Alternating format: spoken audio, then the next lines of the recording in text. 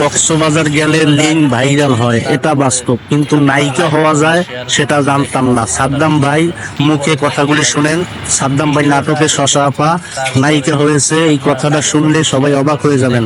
আসলে সাদ্দাম ভাই নিজেই জানেন এই মেয়েটার সম্পর্কে। সাদ্দাম ভাই কি বলে শুনেন। সাদ্দাম ভাই ভালো মনের মানুষ, সে অনেক সরল সোজা, তাকে কেউ ভুল বুঝবেন না। দয়া করে ভিডিওটা শেয়ার করে সবাইকে দেখা চলে দিবেন।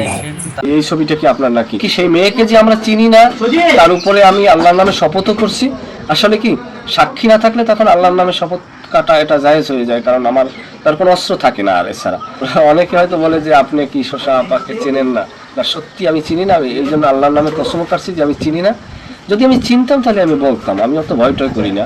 এই মেয়েটা হচ্ছে যে একটা পিয়ন ক্যারেক্টার করছে, পুরো গল্পে 1 মিনিটের অভিনয় করছে মেয়েটা। এই ধরনের একটা মেয়েকে কেন আপনি নাটকের ভিতরে, সেটা হোক সামান্য সময়ের জন্য, কেন আপনি নিলেন? মূল ঘটনা সেটা হচ্ছে যে গত 14 তারিখে আমাদের ঢাকা উত্তরায় শুটিং ছিল, এবং সেই শুটিংয়ে আমরা যারা কাস্টিং ছিলাম তা হচ্ছে আমি এবং আব্দুল্লাহ রানা ভাই এবং আশরাফুল আলম সোহাগ ভাই এবং লাবণ্য লিজা আপু। আমরা একটা নাটকে 4 জন মিলে অভিনয় করেছি, এবং আরো পারিপার্শ্বিক কিছু চরিত্র ছিল।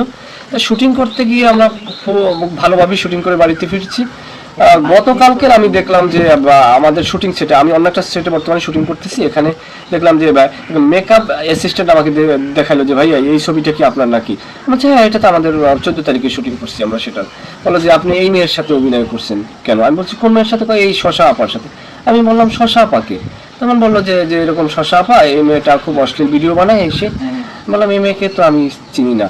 বলে একে নাকি নায়িকা হিসেবে নিয়েছিলাম। আমি না, এ তো নায়িকা না, মূলত হচ্ছে গল্পের নায়িকা, সে আরেকটা চরিত্র করছে। আর এই শশা আপা নামে যে মেয়েটা, এই মেয়েটা হচ্ছে যে একটা পিয়ন ক্যারেক্টার করছে, পুরো গল্পে 1 মিনিটের অভিনয় করছে মেয়েটা, এবং মেয়েটাকে আমরা কেউই চিনি না।